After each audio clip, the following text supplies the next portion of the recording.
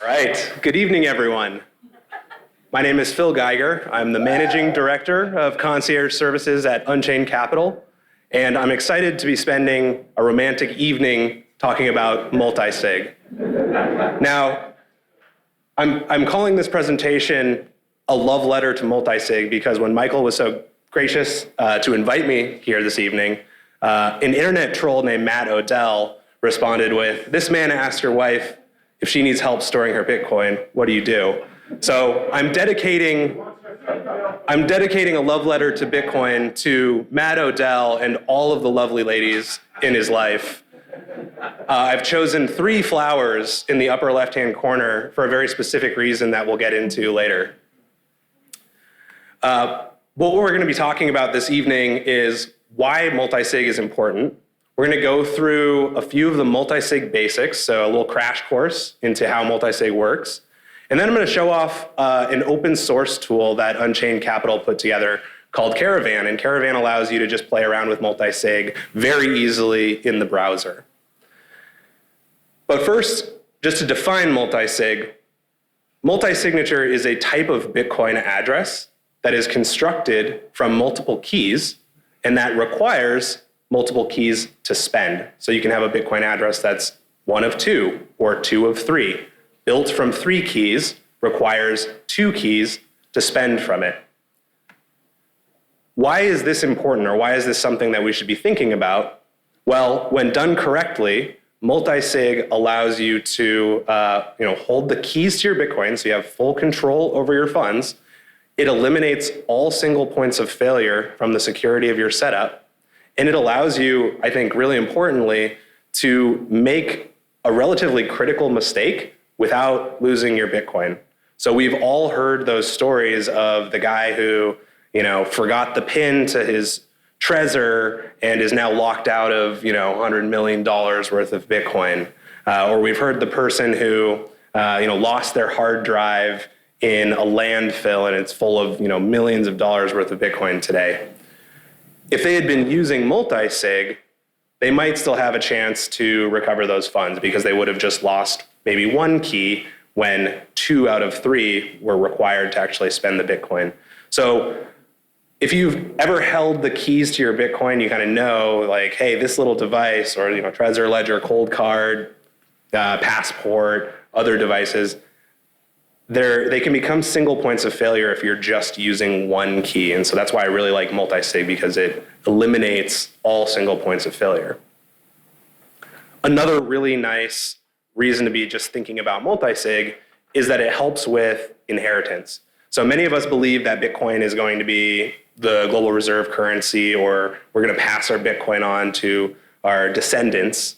But how do you do that? How do you set your Bitcoin security up in a way that doesn't tell your existing relatives how much Bitcoin you have or create them as a single point of failure? So I've heard a story, and I don't know if this is true or not, but somebody was setting up a single signature wallet. They gave a key to a relative who they really trusted, because you want to give your keys only to people that you really trust. And the relative just had a less of an understanding of Bitcoin and was phishing attacked. So they got an email, they entered the seed phrase into the email and lost their loved one's Bitcoin. Multi-sig protects you from that type of attack, but also doesn't create relatives as single points of failure when you're trying to think about passing on your Bitcoin to future generations. So that's why I'm really passionate about multi-sig. That's why I wrote this love letter to multi-sig. Okay, we're gonna get a little technical, but I think this will be gentle. I tried to make this as gentle as possible. So we're going to start by learning about multi-sig and how it's created. But first we have to understand, what is a Bitcoin address? So on the right side of the screen is a Bitcoin address. There's a little QR code. There's an alphanumeric string below. That's a location where Bitcoin live. Now, where Bitcoin do not live specifically are on your hardware wallets. Your Bitcoin live in addresses. All Bitcoin addresses are visible and are tracked on the blockchain. So you can look up any Bitcoin address, including all of Satoshi's addresses where he has millions of coins and so on. But the way that you move Bitcoin is through the use of keys. So you build Bitcoin addresses with keys, and then you use keys to move them. So when we think of constructing a single address, you'll have a private key, which very oftentimes lives on one of these devices. The device will share what's known as a public key, which I like to think of as a lock. If the private key is a key, the public key is the lock. The public key is packaged together and created into a Bitcoin address. So you have, in this case, an address with one lock and one key. That's a single signature address. How does multi-sig work? Pretty much the same way, except you have multiple keys. So starting from maybe 2 keys or 3 keys in this example above, each of those keys is going to share a single lock, and all 3 of those locks are packaged together into one address. So this could be a 2 of 3 address, for example. You have 3 seed phrases, they each share public keys. Those public keys are packaged together and displayed in a Bitcoin address, which might look just like this address. Could look identical to that. That could be a multi-sig address. Okay, we're gonna get a little bit more technical, but this is as technical as we get. So how is a Bitcoin wallet constructed? And I think of a wallet as a series of Bitcoin addresses that are controlled by one or many keys. So if a single address is constructed from a single public key, a Bitcoin wallet is constructed from extended public keys. So an extended public key would be like a master lock that can create individual locks from it. It's not the key. The master key is a seed phrase, but the master lock is the extended public key. So if you share an extended public key with an individual, they can see all your Bitcoin addresses, but unless they have the key, they can't move the Bitcoin addresses. So an extended public key can be used to derive nearly infinite individual public keys, and you share them with wallet software. So you plug in your hardware wallet. If it's a Trezor, you might typically be using Trezor Suite. Your little device will share an extended public key with Trezor Suite, and Trezor Suite will show you all of your addresses. So again, the Bitcoin doesn't live here. The public keys and private keys live here. Trezor Suite would be the software that's displaying your wallet, your addresses, and it's all controlled by the private key on this device. So if we think about a multi-sig address as constructed from 3 individual public keys, a multi-sig wallet, which is a series of multi-sig addresses, is constructed from multiple extended public keys. So there's one additional piece of information that you always have to keep in mind when you're working with multi-sig, and it's this idea of a wallet configuration file, which contains basically the directions to all your addresses. It's a little file. I think of it as like the treasure map.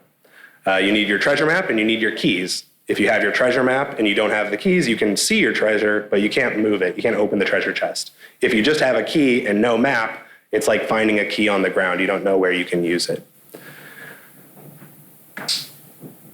Why is the wallet configuration file important? Why is it important to know this? Well, in multi-sig, the file is what allows you to sovereignly recover your multi-sig Bitcoin without relying on any single piece of software.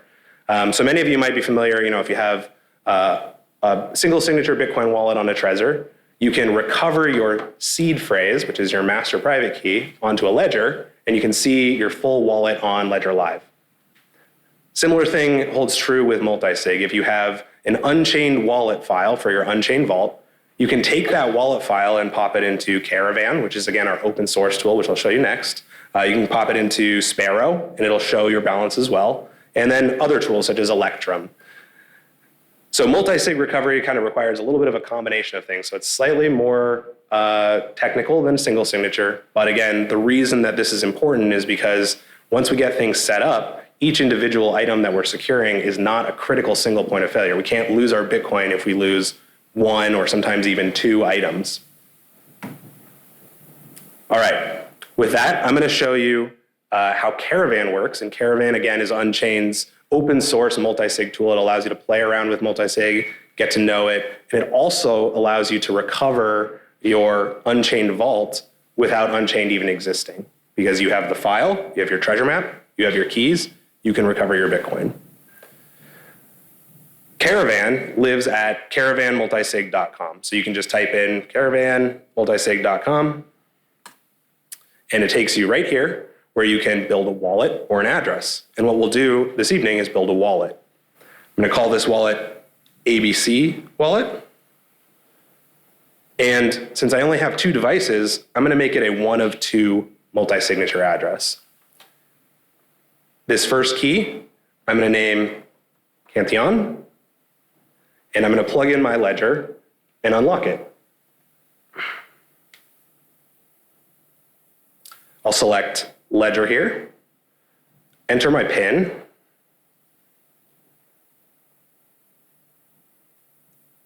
open up the Bitcoin app on my ledger, and then I'll say import extended public key, because remember, my device holds the private key, it shares the extended public key with wallet software in order to build our wallets.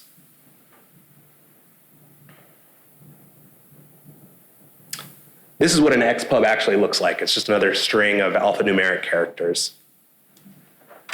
Next, I'll do my second key, which is on my Trezor. I'll name this XPub Rothbard. There we go. I'll hit import extended public key. I'll connect my Trezor and enter my PIN on the device.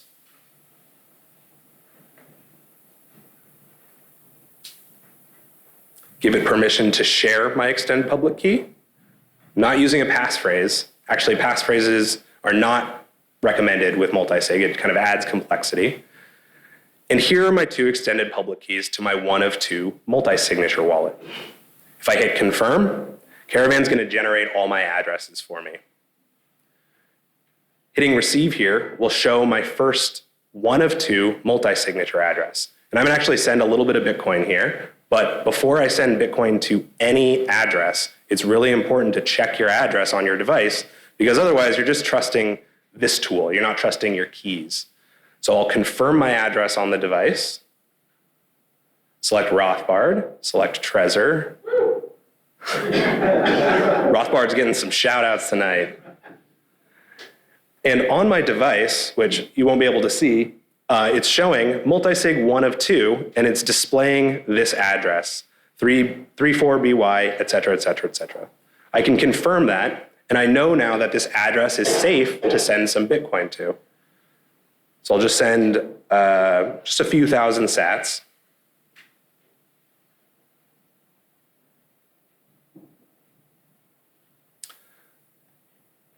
Opening up my mobile wallet, scanning the address here, and I will send 5,000 sats. I'm jealous. It's a bear market. Always test in prod, you know.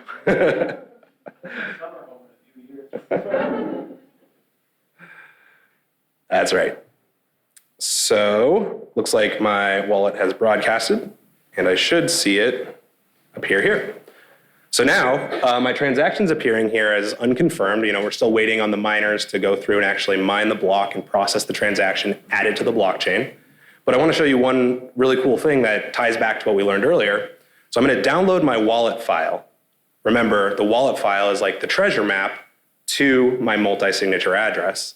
So now with that treasure map, I can find my multi-signature wallet from another software. And what I'll do here is I will recover my wallet on Sparrow, which is just another cool wallet software that we really enjoy using at Unchained. I'm going to do new wallet. I'll call this wallet ABC wallet.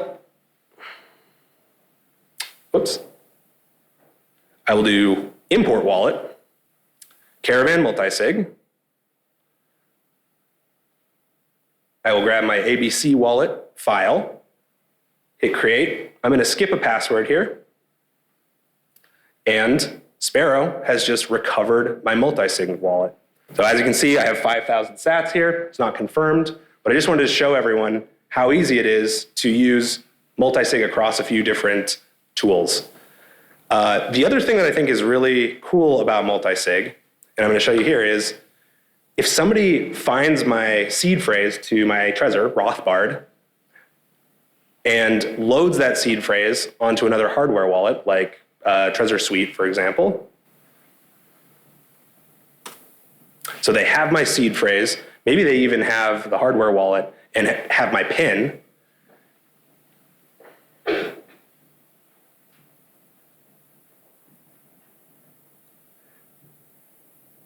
What they won't see is any of the multi-sig Bitcoin. So if I connect my wallet, my hardware wallet, to Trezor Suite, which is how most people use, their Trezor, or Ledger Live if they're using a Ledger, they're not going to see the multi-signature Bitcoin because, again, they don't have the treasure map.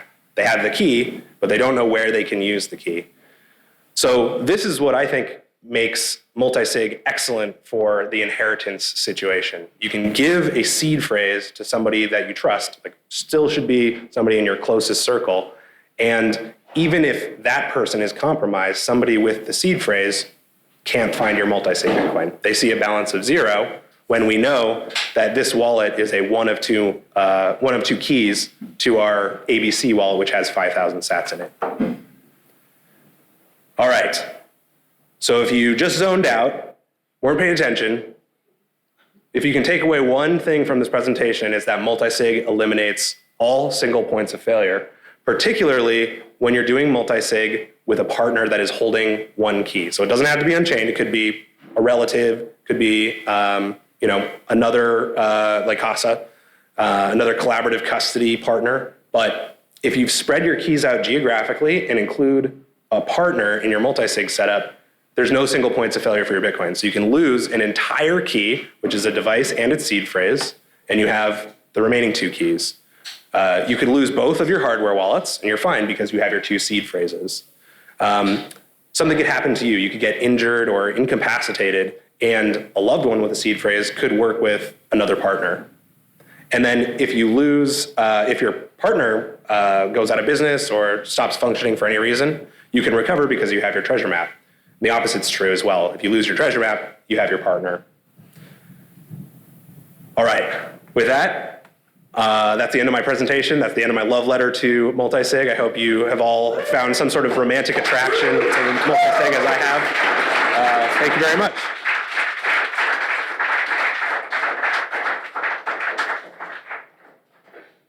I think we have some time for questions if anyone does have questions. Right? Definitely. And if you have a question, let us hand you a mic so that we can make sure everyone. It's super easy. What software wallet did you use on your phone? Like, what do you recommend? Like top 3? I saw Sparrow. So on my phone, so I have an Android device, and for layer 1 transactions, I like to use Samurai Wallet. For my Lightning transactions, I'm a huge fan of Phoenix. They've just made it so easy. All right, thank you. What are some ways in which someone should store either their keys and or their treasure maps, like, magnet to the fridge, or what are we talking here? Yeah, so the key with multi-sig is it eliminates all single points of failure as long as not all the items are in the same place. Because if you have all of your items in the same physical location, then you've just recreated the old system, unsecure things like Fort Knox, where you can just break into Fort Knox and then you have all the gold. With multi-sig, as long as you've separated your items, you can't break into a single physical location or even remote hack you to find your Bitcoin. So the basic first step with any multi-sig wallet is to separate one seed phrase from all the other items. And then if your primary location, if something happens or you're attacked maliciously, you still have, this is multi-sig with a partner.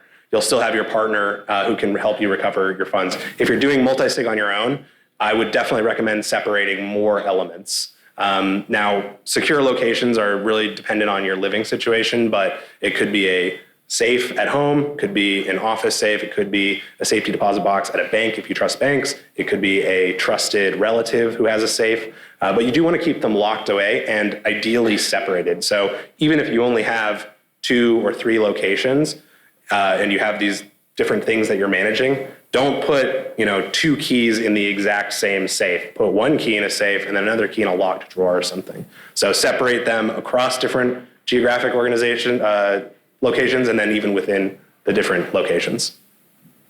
And then for the wallet file, you can actually keep that digital. because again, it's just the treasure map. Somebody with that file can't move your Bitcoin.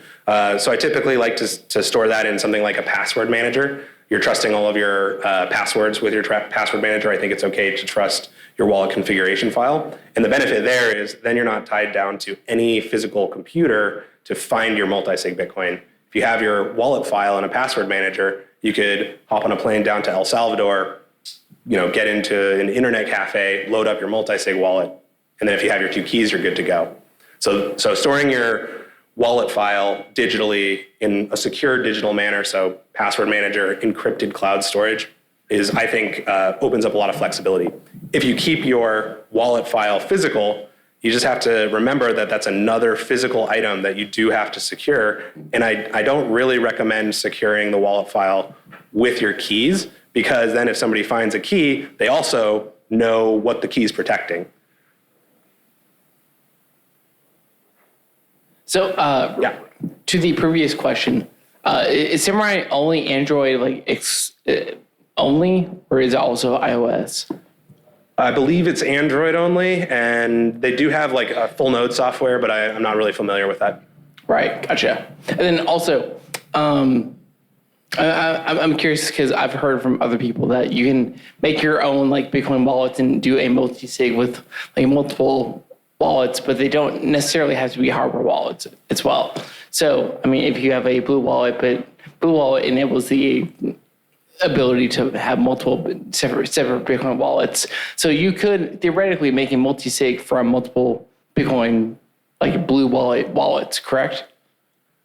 So I think the answer is you can make multi-sig from multiple seed phrases. Mm-hmm. And so with Blue Wallet, your seed phrase is living on a device. Right. Yes, you can use Blue Wallet to create a multi-sig, but you should consider that a hotkey. Anytime your seed phrase has come in contact with a device that communicates with the internet, consider that a hotkey. Right. I think it's totally fine to do multi-sig with a hotkey, but just be aware that one of the keys is hot. And if you want to go ultra security, I would make sure that all your seed phrases are cold, right, which is when you generate them offline. Right, but theoretically, within that hot device, if we call it that, you can make multiple wallets within Blue Wallet. Yeah, so you could theoretically do a 2 or 3, you make 2 Bitcoin only wallets, not Lightning, Bitcoin wallets. You could do a 2 or 3 of that. Because in Blue Wallet, there's the Bitcoin option and the Lightning option. Yeah. So you could theoretically make 3 Bitcoin wallets within Blue Wallet, and take 2 of those Blue wallets and make it 2 or 3. Yeah, you can make wallets. So starting from your seed phrases phrases are your keys.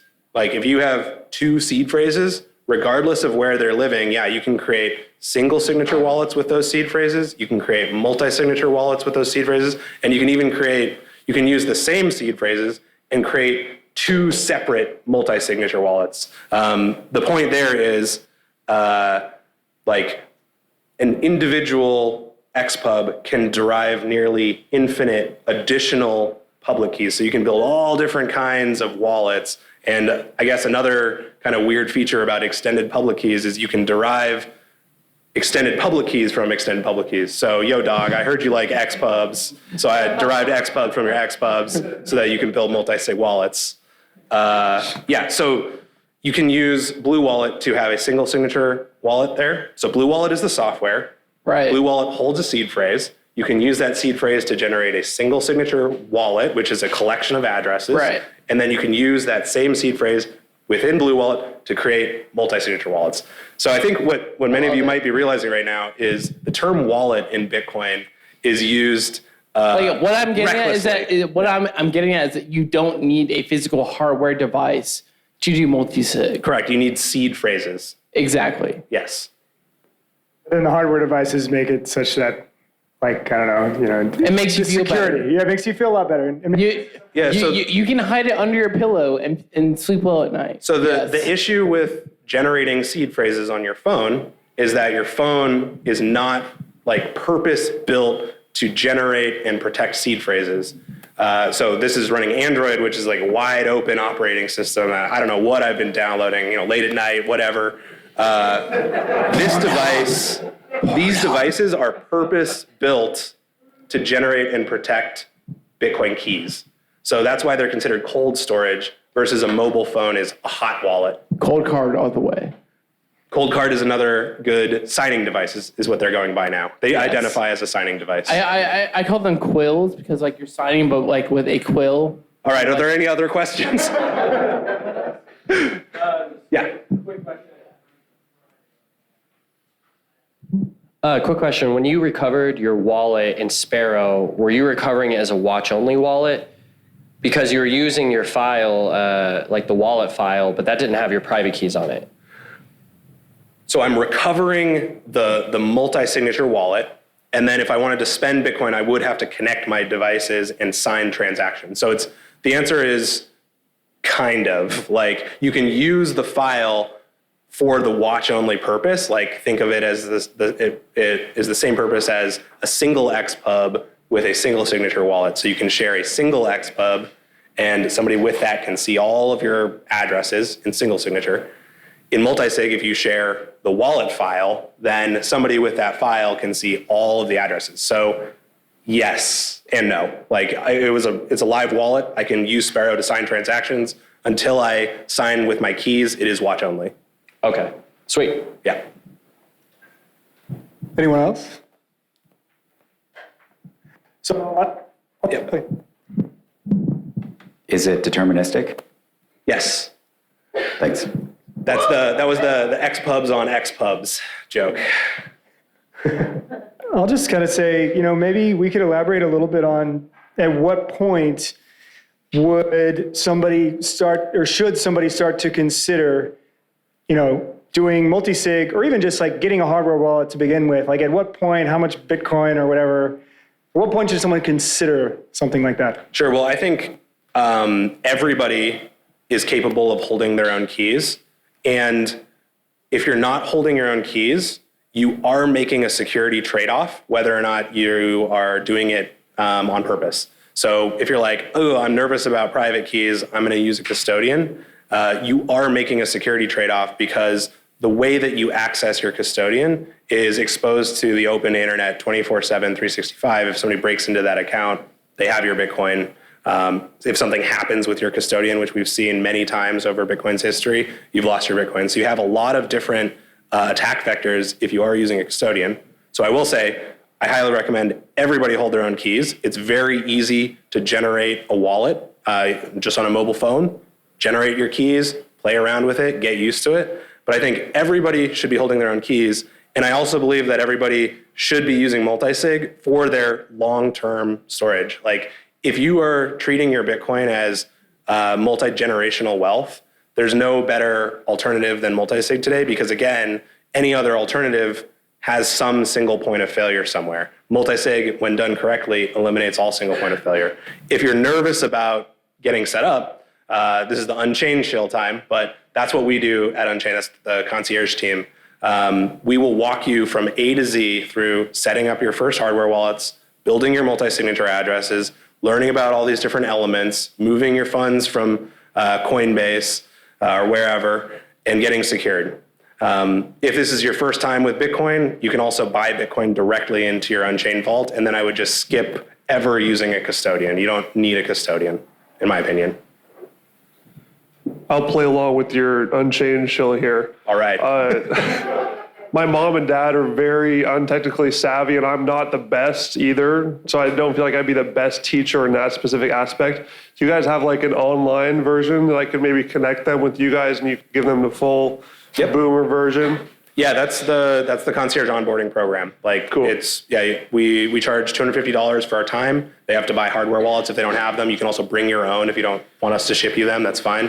And we will set up the hardware wallets. So like, help them go through the steps of writing down their seed phrases, help them build the multi-sig vault, which it looks a little bit nicer for the Unchained vault than Caravan. Caravan, again, is our open source tool. But yeah, we will walk them from A to Z through the step. And then it also, we do a lot of the continuing education webinars and technical support. So if you lose a seed phrase, the concierge team at Unchained is the team that you call up, and we'll hop on the video chat and recover your Bitcoin. We also do things like help you with help you set up a UTXO strategy, which we're not going to go into right now, but a bunch of different kind of, longer term things that you have to start thinking about with self-custody. Probably pretty common for people to split around a family too, because like my parents are pretty low key where they live. They have like a good safe and I bounce all over the place. So it's good to have one that's pretty locked down. I think that's one of the biggest benefits of multi-sig is you can give a key, you can give a seed phrase to a non-technical relative, just say, put this in your safe, let me know if you lose it. And nothing that they do can cause you to lose that Bitcoin, right? It's just one key. If they lose the key, you have two more keys.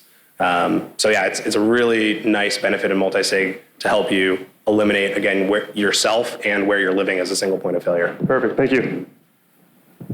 Yeah, and just to say, like, you can do multi-location, multi-jurisdictional, That's right. multi-device, and again, it can get really complicated, but whatever is going to help you sleep better at night is great. And also, just you kind of talked about earlier about how there's somebody that lost their hard drive or was in a landfill in like the UK, right? Yeah. Millions of dollars worth of Bitcoin. There have been somewhere between 4 and 6 million out of the 21 million Bitcoin lost forever, they're estimating. The likely scenario is that person that just had his laptop sitting around somewhere had no idea that whenever he was securing it at that time, like that it was going to be worth as much as it is today. So that's just a big mistake. So kind of off my own question, it's never too early to start properly securing your Bitcoin because maybe those 5,000 sats that Super was talking about is lakefront property one day, right? So. That's right. You should be thinking about, so when Bitcoin starts ripping, it rips like way harder than a lot of people are prepared for. And so think about what you're protecting today and then think about 10x the value or 100x the value. And you can just get set up with multi-sig today and then you've achieved the highest level of security once you've geographically separated the items. So you don't really have to spend a lot of time and anxiety like spreading out all your different funds. I think I talk to a lot of people who maybe have multiple single signature wallets. So they'll buy a Ledger, they'll buy a Trezor, they'll buy a Cold Card, they'll buy a Passport, and they'll set up single signature wallets and load some of their funds on each of those devices. Well, now you have 4 single points of failure. If any one of those is lost, you've lost Bitcoin. In multi-sig's case, if you lose one of the items or 2 of the items, you haven't lost any Bitcoin. Absolutely. Any other questions? Yeah, over here. Don't be shy. Just the most basic level, if you were to have a vault, I know there's some, you were talking about UTXO management. If you're going to have your vault, it's like you do 10 deposits, you want to send out one after that. And just like why that is in terms of UTXO management from the most broad. I know that's probably a detailed required answer there, but from the most broad perspective. Sure. So remember when I said earlier, all Bitcoin live at addresses, and addresses are tracked by the blockchain. But what Bitcoin are really chunks of data that live at those addresses. So if you have 1 Bitcoin, you can send 1 Bitcoin to your address, and then you have 1 UTXO. That's what a chunk of Bitcoin is called, a UTXO. Now in Bitcoin, you're paying for the amount of data that you're sending around, not the amount of Bitcoin you're sending around. So if you have 1 chunk of data, it's going to be very cheap to send the Bitcoin around the Bitcoin network. If you have 100 chunks of data, it's going to be very expensive to ship all of that data around the network. So Bitcoin, in order to maintain the fixed supply of 21 million, is very lightweight. We want everybody who wants to run the software to be able to run the software on cheap computers. So the entire history of transactions is about 400 something gigabytes worth of data. It can fit on a phone. That's really, really important. And so data management to make sure that we're not growing the security burden the data burden on all of these different computers is something that we think about a lot. So UTXO management is important. Data management is important so that, if transaction fees spike, so every time you send a transaction, you include a tip to the miners to say, hey, miners, I want to move this Bitcoin. And they'll be like, oh, that's a great tip. I'm going to move that. And you have to compete for block space, so for the data space. So anyways, I guess to recap, we help people set up a strategy for themselves, a data strategy. Because a lot of times people are dollar cost averaging Bitcoin, buying every week, stacking sats.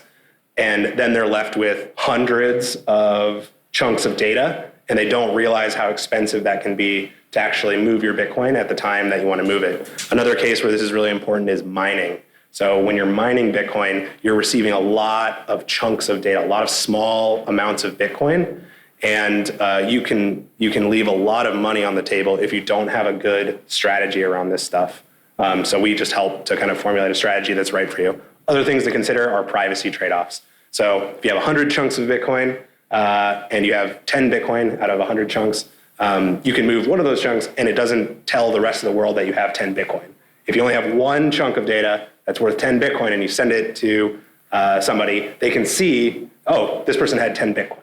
So just another consideration. It's a very nuanced discussion. We have Tom Hanzik in the audience here, the UTXO Slayer. So he can go into details if you have more questions about it. He actually wrote, I think, 3 of the best articles about this topic, and that's on the Unchained blog, so you can check those out. Thank you. Maybe one more question. Don't be shy. When Taproot. Well, Ben, we're looking for engineers, so if you want to, you can send me your resume. No, those are coming down the line. So Taproot with Multi-Sig has a lot of there's a lot of work that needs to be done before Multi-Sig Taproot is going to work. So hardware wallets need to have a bunch of additional functionality. We need to agree on standards. Then we need to actually build out the workflows and stuff. SegWit, it's coming soon, TM.